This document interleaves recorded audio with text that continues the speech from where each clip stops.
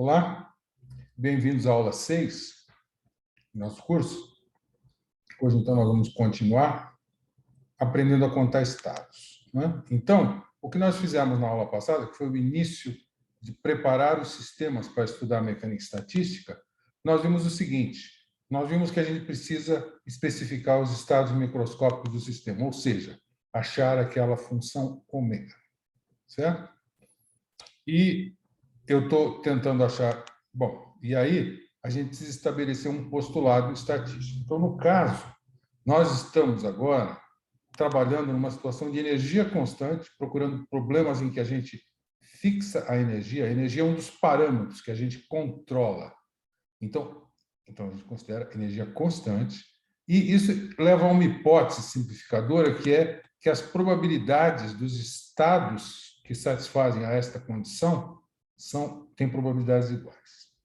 E essa hipótese vai conduzir ao que a gente chama um ensemble microcanônico, que eu ainda não defini. Mas, uma vez que a gente... Então, nós estamos achando isso aqui dentro dessa condição de energia constante, para poder estabelecer o problema baseado no chamado ensemble microcanônico. E quando a gente fizer isso, a gente fará a conexão com a termodinâmica. Na aula passada, bom, então, e a nossa meta, uma das coisas da nossa meta é encontrar essa expressão aqui e mostrar como é que ela se relaciona com a termodinâmica, que ela reproduz a termodinâmica. Então, na aula passada, caminhando nessa linha, nós temos dois problemas importantes. De tudo que a gente fez, dois são os resultados importantes que vão ser úteis para a mecânica estatística. Um é a situação de n spins meio num campo magnético com uma dada energia fixa. Se eu tenho uma energia fixa, isso corresponde a um número de spins para cima e um número de spins para baixo. Em função disso, a gente mostrou que a função que conta esses estados, dado um valor da energia e um número de partículas, é dado por essa expressão aqui, onde N é o número de partículas, E é a energia que nós estamos, e μh é o tamanho da energia associada ao campo magnético aplicado, né? Porque aqui a gente está aplicando um campo magnético que seleciona estados com spin para cima, com essa energia, e spin para baixo, com essa energia. Então, a gente vai aprender toda uma física a partir de estudar este resultado aqui. Aí, nós fizemos N osciladores quânticos com frequência ômega, e aqui a gente viu que o número de estados ele é N é N1, mais N2, mais N3, que são os quanta de cada oscilador harmônico que a gente tem, dos N osciladores harmônicos. E aí a gente mostrou que a expressão que é função da energia e do número de partículas, ela é dada por esta expressão aqui, onde eu tenho a energia dividido pela energia do intervalo de energia dos estados quânticos, né? A escala de energia aqui é H ômega. Aqui ela era μh. Aqui é H ômega, dado pela frequência da oscilação do oscilador. E o número de partículas, e a expressão é essa aqui.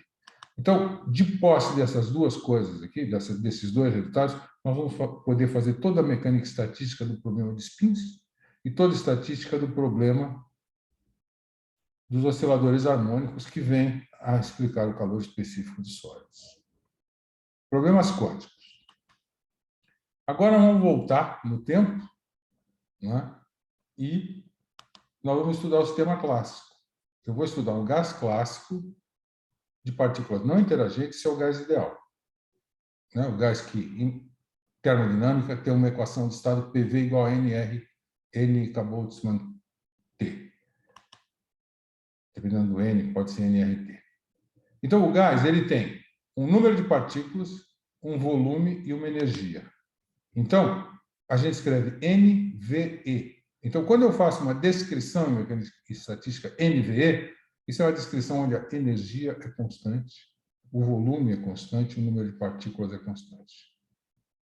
Ou seja, são essas as variáveis que eu controlo. Em geral, eu deixo isso fixo. Posso variar a energia. Para cada energia que eu variar, eu vou ter uma situação de equilíbrio que eu vou ter que estudar. Então, isso aqui é o NVE. E, para esse problema, similarmente ao que nós fizemos na aula passada, nós vamos precisar encontrar o número de estados que o gás tem quando ele tem N partículas, está num volume V, e a energia que nós fixamos foi E. Então, esta é a meta da aula de hoje. Bom, no sistema clássico, o que nós temos? A mecânica estatística, essa que nós vamos fazer na aula de hoje, ela foi desenvolvida quando não existia mecânica quântica. Então, esses conceitos novos da mecânica estatística, eles foram apresentados para sistemas clássicos. Então, da mecânica clássica, o que nós sabemos? Um sistema com N graus de liberdade, ele é descrito por N coordenadas generalizadas e N momentos conjugados a essas coordenadas generalizadas. Essa é a mecânica analítica que vocês estudaram. Então, se eu tenho N partículas em 3 dimensões, então eu vou ter 3N coordenadas, 3N momentos, então eu tenho 6N coordenadas e momento, né? Normalmente, a gente trabalha no espaço de fase.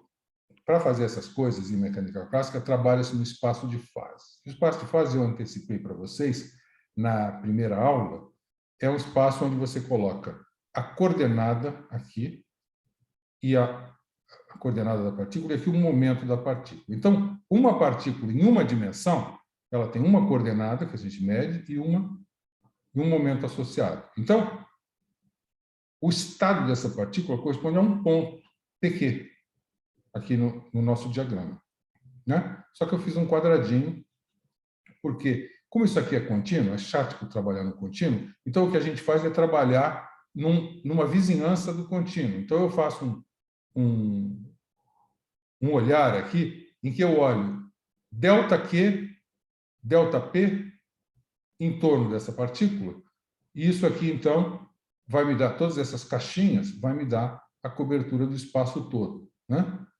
Então, no caso em que eu tenho N graus de liberdade, aqui, quando eu tenho 1 grau de liberdade, eu tenho 2 graus, o meu espaço de fase tem 2 eixos. Quando eu tenho N graus de liberdade, o meu espaço de fase vai ter 2N eixos. Então, a gente não tem uma representação geométrica para fazer, mas a gente vai ter que abstrair isso aí, como fazem os matemáticos, e tratar o problema. Então, nós vamos usar a seguinte convenção. Quando eu falo QP, eu quero me referir a Q1, Q2, Q3, QN, P1, P2, P3, PN. Ou seja, QP é o análogo a esse parzinho aqui, o conjunto de todos os Is, de 1 até N. Tá? Então, quando eu estou fazendo isso, eu estou fazendo um monte de coordenadas e um monte de momentos. E aqui, quando eu estou com N coordenadas, o DQ, DP, também é um mnemônico para DQ1, DQ2, DQN, DP1, DP2, DPN. Tá? Então, essa é a maneira como nós vamos tratar a mecânica clássica de um sistema com muitas partículas, muitos Qs e muitos Ps. Tá? Então, nós vamos exemplificar isso aí, começando no caso mais simples e evoluindo até chegar no sistema mais complicado, como fizemos na aula passada. Então, a primeira coisa que nós vamos fazer é uma partícula com energia E numa caixa de volume L em uma dimensão. Partícula livre. Então, a gente sabe da partícula livre que a relação entre energia e momento é que a energia é P2 sobre 2m. Esse é o resultado clássico. Certo? Muito bem. Isso corresponde a... Se eu tenho isso, eu posso dizer que o momento é mais ou menos raiz quadrada de 2me. Então, veja, se eu olhar um gráfico PQ, eu tenho um volume L, volume é uma linha, né? No caso é uma dimensão, eu tenho essa linha L aqui. Então, o que acontece é que, se eu estou com energia constante, eu tenho esses dois momentos aqui,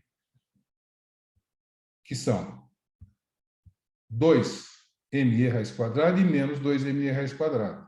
Então, isso significa o seguinte, a minha partícula, nesse espaço aqui, ela pode estar andando aqui, ou ela pode estar andando aqui. Mas isso é o valor exato da partícula, né? Como eu falei para vocês, a gente faz uma caixinha em volta, né? Então, o que eu vou fazer é que eu vou fazer eu quero saber a energia E e E mais DE. Ou seja, eu vou borrar isso aqui, vou dar um olhar de míope aqui, tá certo? Então, eu vou dizer que, olha, aqui eu estou na energia E mais DE, é esse achurado aqui.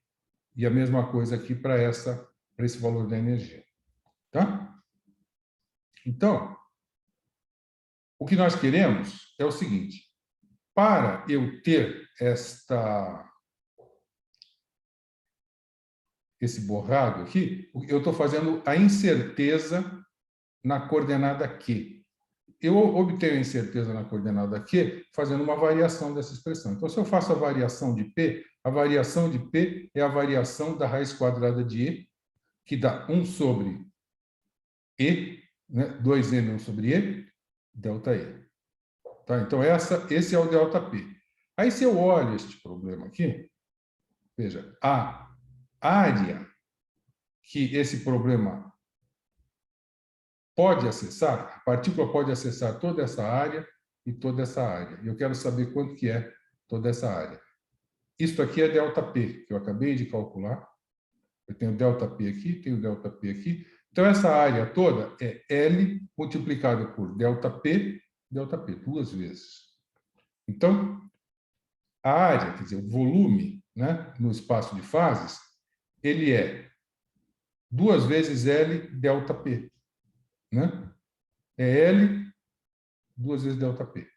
Então, é 2L ΔP. Aí, se eu substituo o ΔP por esse valor, eu vejo que a minha expressão, o ômega, para a energia E, numa caixa de tamanho L, borrado em torno de ΔL, é dado por isso aqui.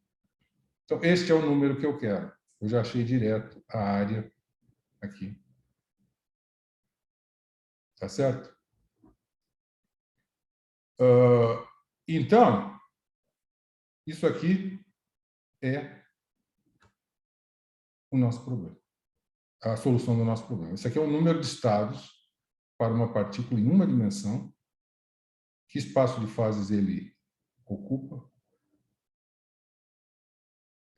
É dado por isso aqui. Muito bem, vamos discutir agora o oscilador harmônico em uma dimensão. Então, eu vou considerar um oscilador harmônico de massa m, constante de mola K, energia E. Então, eu tenho P2 sobre 2m meio de K, constante da mola, Q2. Eu estou considerando uma situação em que H está constante, então esse hamiltoniano é E. Aí, se eu pego e divido essa expressão toda por E, eu fico com essa situação. P2 sobre 2ME é 1 sobre 2KE Q2, igual a 1. Aí você olha para isso aqui e percebe que isso aqui é P sobre A, Q sobre A ao quadrado. Isso aqui é uma equação de uma elipse. Então, se você olha no espaço de fases, o espaço de fases ele é uma elipse, quer dizer, uma dessas duas elipses aqui, né? Vamos pegar a elipse de dentro. Essa elipse de dentro, ela é uma elipse com raios A e B. Tá? Então, eu tenho na coordenada Q, esse A, na coordenada P, esse A, e na coordenada Q, esse B. Tá? Que é o valor que define esta parábola. Bom, agora eu vou fazer o seguinte. Eu quero fazer a área desta elipse. A área da elipse é a área inteira, né? que eu sei fazer. O que eu quero é a área dessa casca aqui. Mas eu vou fazer o seguinte, eu vou fazer a área da elipse inteira. E a área da elipse inteira, ela é o produto, vejam, a área é π a vezes b. Então, se eu multiplico esse cara por esse, multiplico por π, eu tenho a área. Então, a área dessa elipse é 2π e o produto que dá essa razão aqui. Você tem raiz de E dá E, e tem raiz de M e 1 sobre raiz de K. Certo? E o 2. Então, a área da elipse inteira é isso aqui. O que eu quero é a área da casca. Então, o que eu vou fazer é que eu vou fazer a área desse anel aqui, ele é a área em φ, é a área φ em E mais ΔE, e aí eu diminuo da área em E. Então, ó, se eu pegar essa expressão, como ela é linear, a área em E é isso aqui, E mais ΔE. A área em E é só isso aqui. Se eu fizer um menos o outro, ó, se eu fizer isto, que é a área de tudo isso aqui até aqui, menos a área de tudo isso aqui até aqui, eu fico com o anel. Então, a área do anel é isso aqui. Então, isso significa o seguinte: se eu fixo esta energia que me dá essa elipse, a minha partícula, no espaço de fase, ela só pode andar nessa região borrada aqui. Então, esse é o número de partículas associado a esta energia. Desculpe, é o número de estados associados a esta partícula com esta energia. Mas, de novo, eu fiz uma partícula livre, um oscilador harmônico. O resultado é esse. Tá? Então, a gente sabe contar estados de uma partícula para 2 exemplos. Agora, a gente vai fazer o gás clássico. O gás clássico é um gás de N partículas monoatômicas, não interagentes, numa caixa agora de volume V. E a energia está entre E e E mais DE. Certo? Muito bom. Então, veja o que eu vou fazer.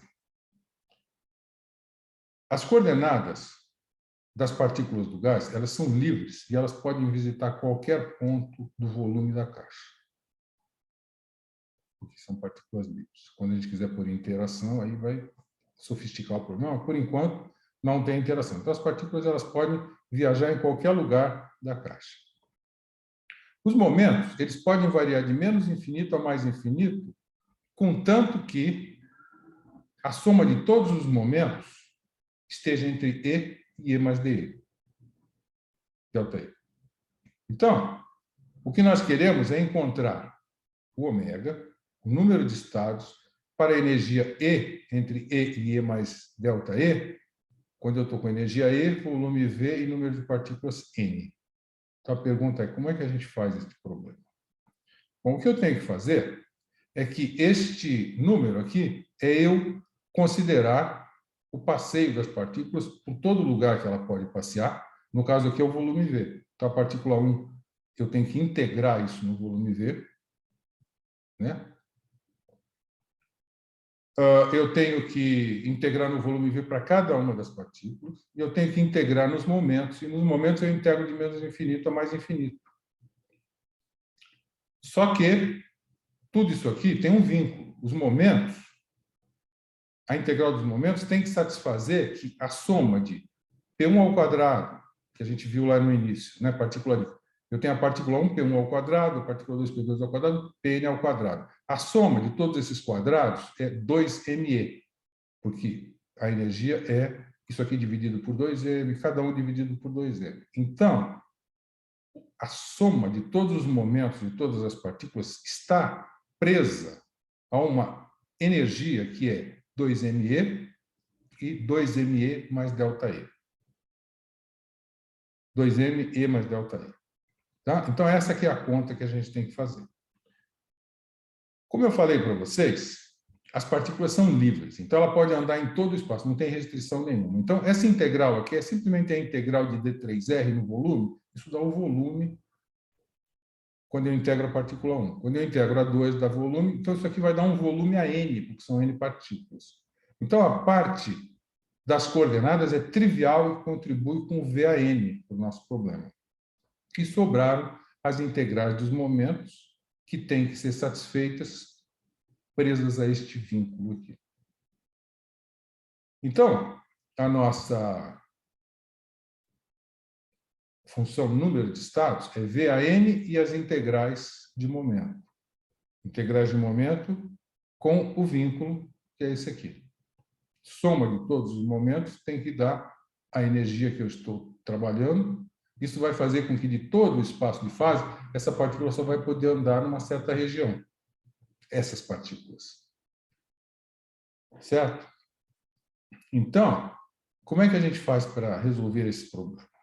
Bom, uma coisa que a gente pode ver é o seguinte: essa conta com esse vínculo a gente não sabe fazer. Mas, a hora que eu olho esse problema, a gente percebe que isso aqui, essa parte aqui, ó, 2ME, se eu fizer igual a isso aqui está menor ou igual, não, se eu fizer igual, né, eu posso pensar que 2ME é R ao quadrado. Então, eu posso pensar que isso aqui é um R ao quadrado, que é a soma dos momentos. Então, se eu fizer esta associação, o que eu estou falando é que eu tenho uma hiperesfera de raio R nesse espaço. Por que é isso? Vamos ver o caso mais simples. Uma partícula em 3 dimensões. Se eu tenho uma partícula em 3 dimensões, as 3 coordenadas de momento dela são px ao quadrado, py ao quadrado, pz ao quadrado, que seria essa equação aqui para uma partícula, tá certo? Isso aqui é igual, se eu fizer isso aqui igual a r ao quadrado, isso aqui é a equação de uma casca esférica, que tem um volume, que é, se eu pegar esse raio, 4/3 de πr2, né? E tem uma área, isso aqui é a equação que descreve a casca esférica, né? A área da casca esférica, se eu pegar essa expressão aqui, derivar, se eu derivo o volume, eu obtenho a área, né? Cai o 3 aqui, cancela, fica 4πr2. Então, o que eu estou dizendo aqui é que, se eu tenho esta relação aqui, e eu tenho esse raio, tá? Uma coisa que eu preciso fazer é porque eu vou ter que fazer uma derivada. Então, eu preciso saber, se eu variar fizer a derivada do R, como é que é? Se eu variar o R, como é que isso aqui varia? Se você faz a variação do R, a variação do R faz a variação desse E a meio, ter este comportamento aqui. Tá certo? Simplesmente derivou aqui. Com relação à energia, você tem que derivar E elevado a meio, fica E elevado a menos meio, né? Cai um meio. Então, isso aqui é o ΔR. Então, eu sei o que é o raio, eu sei o que é a variação do raio. Tá? Então, o que eu vou fazer é o seguinte, eu vou usar isso aqui para construir um volume com esse raio, nessas dimensões aqui, e aí depois eu vou derivar para achar a área. E aí eu vou ter essa resposta. Tá? Então, vejam. O meu R de E é dado por isso. O meu delta, a variação do R de E, é dado por isso. O meu problema é em 3, eu tenho N partículas em 3 dimensões. Então, eu vou ter 3N momentos.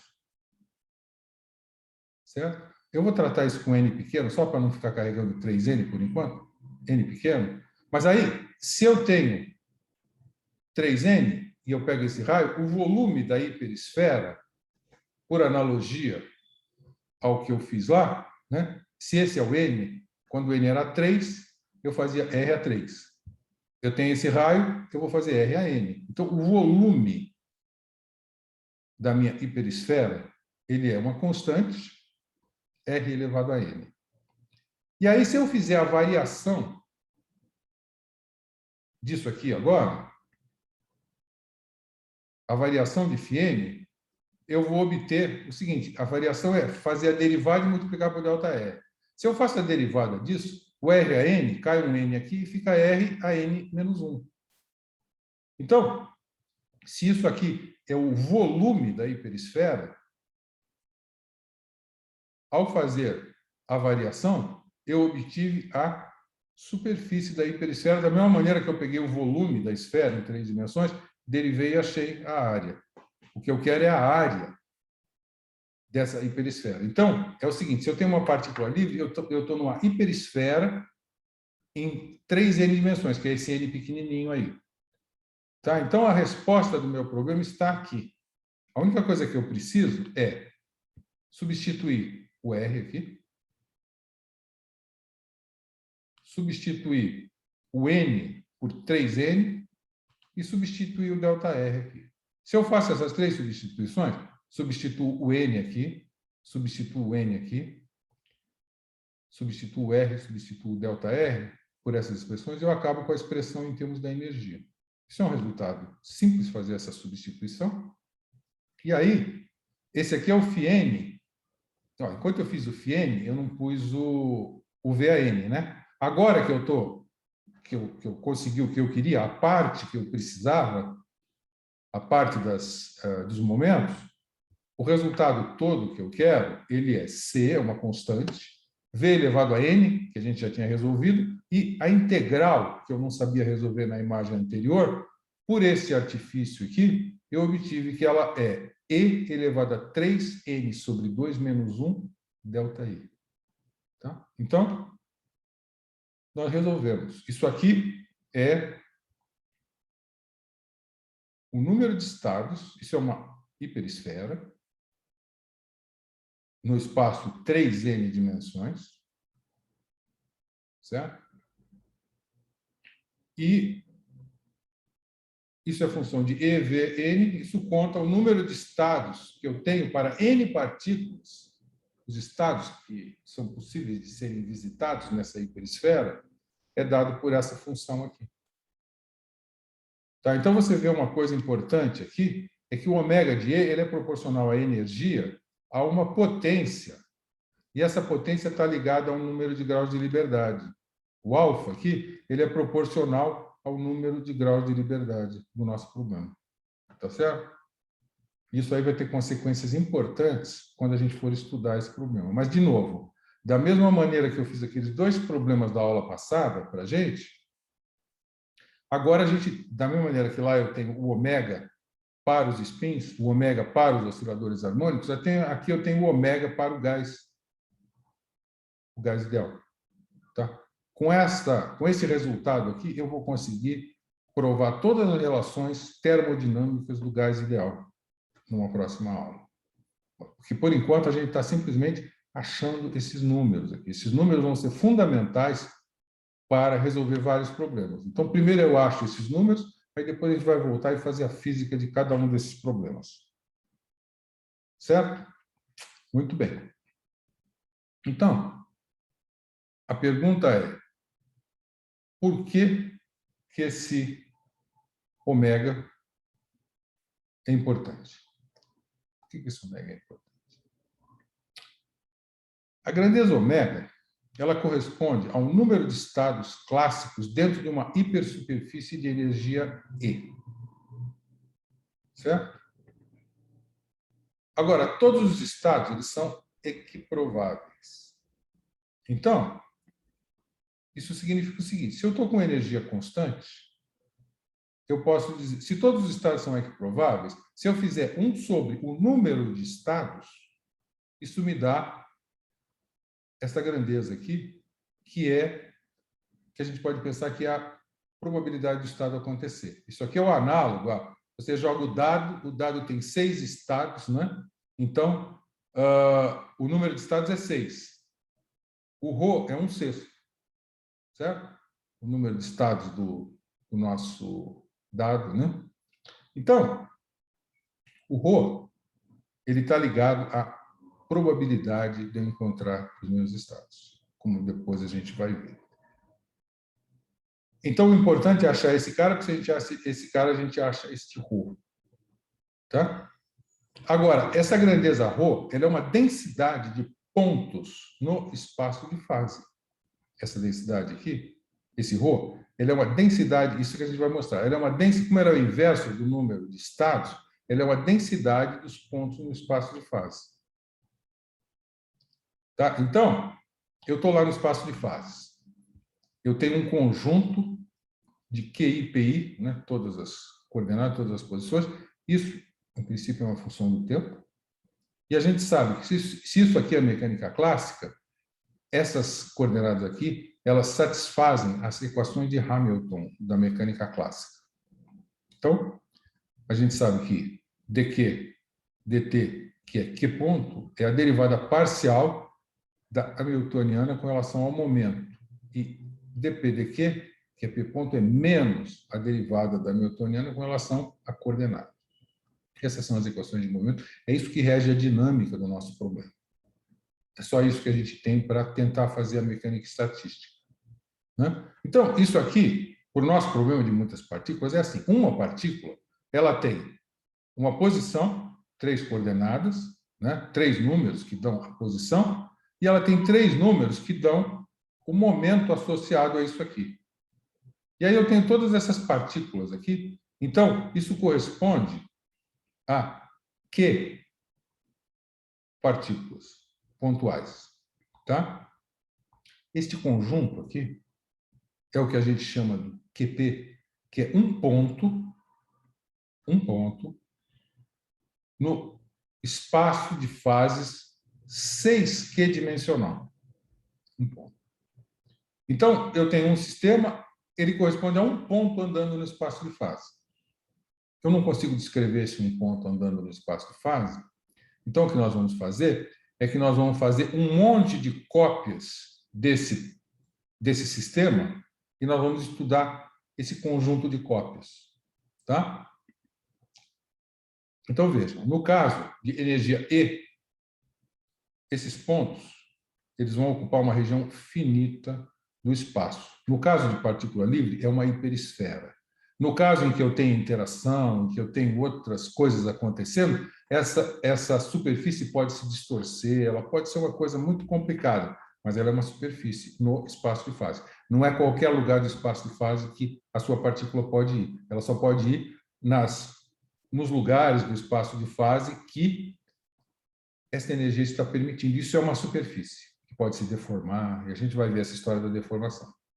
Então, o volume V, onde o gás está, limita os valores de Q. E a energia fixa limita o conjunto Q e P. Certo? E essa energia, ela tem a ver com a hamiltoniana do problema, que satisfaz essas equações. Isso aí define uma hipersuperfície no espaço de fase. Foi uma hiperesfera no caso das partículas livres. Muito bem. Então, eu tenho isso aqui, eu tenho espaço de fase, e então a gente sabe que a energia, ela limita Q e P por essa relação. Isso define uma hipersuperfície, tá certo? E a gente viu que se a energia está constante, então eu tenho que este número, né, de estados que a gente está aprendendo a integrar, ele, a partir dele você acha este ρ, que é a densidade de pontos no espaço de fases. A pergunta que a gente faz é: o que a gente pode dizer sobre esta grandeza? ρ. Eu apresentei para vocês, primeiro, que eu conto os estados. Uma vez que eu conto os estados, essa função aqui, esta função, ela pode ser definida assim. Então, a partir do número de estados, eu escrevo a densidade de pontos no espaço de fase. Então, vamos fazer umas considerações sobre o ρ. Eu vou considerar várias cópias, aquela imagem que eu fiz para vocês de um ponto no espaço de fase, eu vou considerar várias cópias. E aí, com isso, eu vou ter um monte desses pontos no espaço de fase. Então, o que eu posso dizer é o seguinte: em qualquer tempo, a gente vai ter vários membros do nosso sistema, né, porque eu fiz várias cópias, passeando por todos os pontos do espaço de fase que a restrição da energia permite. Então, veja, no espaço de fase, esse problema aqui, do ensemble, corresponde a um conjunto de pontos. Cada imagem do gás é como se eu pegasse Eu tenho lá o meu gás, eu faço uma foto. Aí eu pego o outro gás e faço uma foto. Sempre com as mesmas condições iniciais, e eu vou estudando esse conjunto de sistemas. Eu não faço para um sistema, eu vou fazer para um monte. Então, cada membro do ensemble vai ser um ponto. Tá? Então, o que eu vou afirmar é que esse ρ aqui é a densidade desses pontos. O que esse ρ descreve é a densidade desses pontos no espaço de fase. Então, o ρ é uma função de QP e T, em princípio, tá? Porque o problema é um problema dinâmico. E aqui é todos os Qs e todos os Ps. Então, eu tenho essa quantidade aqui, que é a densidade de pontos. Isso aqui está associado à probabilidade de achar as partículas num certo ponto. Então, se eu tenho este ρ aqui, isso é uma densidade, eu posso dizer que se eu pegar o elemento de volume dQ, dP, que eu defini agora há pouco para vocês, que é dQ1, dQ2, dQn, dP1, dP2, dPn, e fizer ρ, densidade, multiplicado por este elementozinho aqui de volume, isso aqui me dá o número de pontos neste elemento de volume. Tá? Então, isso aqui é o número de pontos do elemento de volume. Então, eu posso pensar o seguinte, eu posso pensar em valores médios. A gente falou de valores médios bastante, né? O valor médio é muito importante no nosso curso. Então, valores médios. Então, eu vou fazer o seguinte, olha, se eu tenho esta grandeza, e essa grandeza aqui é uma densidade que multiplicada por isso aqui dá o número de pontos, se eu tiver uma grandeza qualquer que eu quiser estudar, veja, até agora, até a imagem anterior, quando eu falei que ρ era 1 sobre aquele número, 1 sobre aquele número é na situação em que a energia é constante. Agora, eu posso trabalhar com situações que a energia não é constante. E mesmo quando eu trabalhar com a energia que não é constante, eu vou poder definir uma grandeza chamada ρ de Q, P e T. Para cada descrição da mecânica estatística, vai existir um ρ de Q, P e T. Ele só é uma constante no caso de energia constante. Tá? Então, isso aqui é uma função que pode ser bastante sofisticada e vai ter muitas considerações dela ao longo do curso. Mas isso aqui é uma densidade. Então, você pode pensar o seguinte, se isso aqui é uma densidade, você pode pensar que isso aqui é como se fosse uma probabilidade, né? Então, isso aqui, integrado em todo o volume, no dq do volume e nos dp's todos, qualquer grandeza que eu fizer essa conta vai me dar o valor médio da grandeza. Então, por exemplo, se a energia não é constante, no problema, eu vou definir uma densidade, tá? E aí, eu posso fazer a seguinte conta. Para cada valor da energia, eu calculo o que é o ρ daquela energia, porque isso aqui vai ser uma energia de Q, P e T, e essa densidade, eu posso ir fazendo essa conta, integrar sobre todos, fazer a média. Então, eu posso calcular a média da energia. Eu vou poder calcular a média da magnetização, a média da...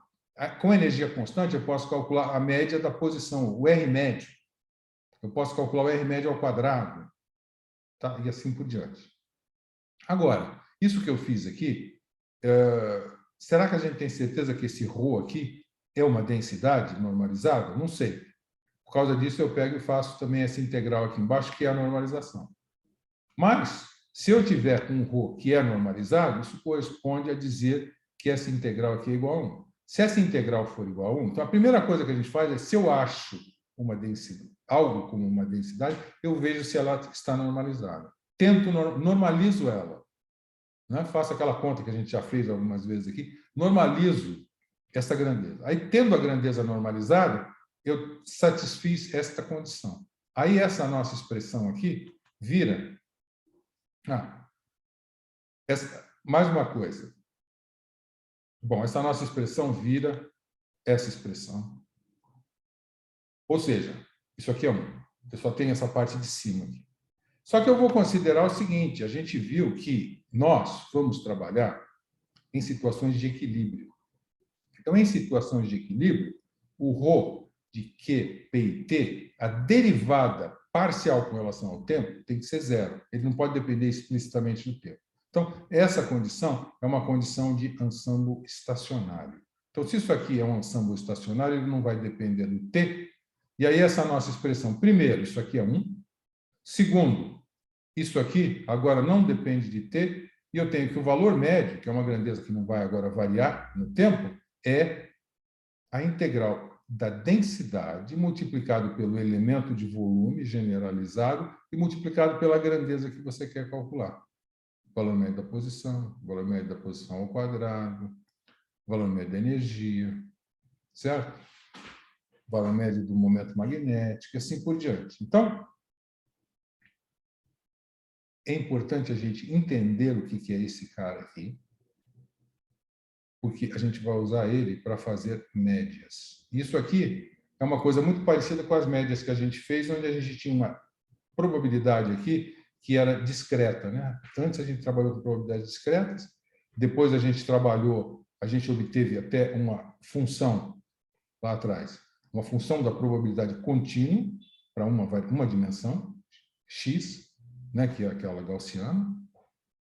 E aqui a gente tem uma situação agora com muitas variáveis, mas é a mesma coisa, você tem uma probabilidade que você soma sobre todos os valores possíveis dela para a grandeza que você está estudando. Isso dá o valor médio da grandeza. Tá? Esse valor médio vai ser muito importante, a gente vai falar dele mais. E então, como eu falei, no caso estacionário, eu reduzo o problema a isso aqui. Certo? Então, era isso que eu queria apresentar para vocês hoje. Na próxima aula, a gente vai fazer uma discussão importante sobre o que a gente pode falar mais desse ρ. Esse ρ aí, ele é muito importante, ele tem um teorema associado, e é entender a generalidade deste ρ que permite a gente fazer toda a mecânica estatística depois. Tá? Isso é um resultado importante que a gente vai discutir na próxima aula, e a gente vai ver que, uma vez que a gente entenda isso, a gente vai ver qual que é a relação desta grandeza que eu acabei de escrever aqui, dessa grandeza aqui que eu acabei de escrever, e o que os nossos colegas fazem no laboratório. Tá? Então, isso aqui é um resultado muito importante, muito geral. Eu cheguei a ele via energia constante, mas agora eu estou falando para você, esse resultado aqui vale quando a energia não é constante. Eu posso fazer outras descrições que não seja com energia constante, e eu vou definir um ρ, que vai ser uma função, que a gente vai ver como é que ela é, e ela vai definir as probabilidades, e eu vou poder fazer médias a partir disso. Fazer médias é a coisa mais fundamental da mecânica estatística. Tá? Então, com isso, a gente chegou ao fim da nossa aula de hoje. Então, eu agradeço a atenção de vocês e nós nos encontramos na próxima aula para continuar essa nossa caminhada para o entendimento da mecânica estatística. Certo? Então, muito obrigado e até.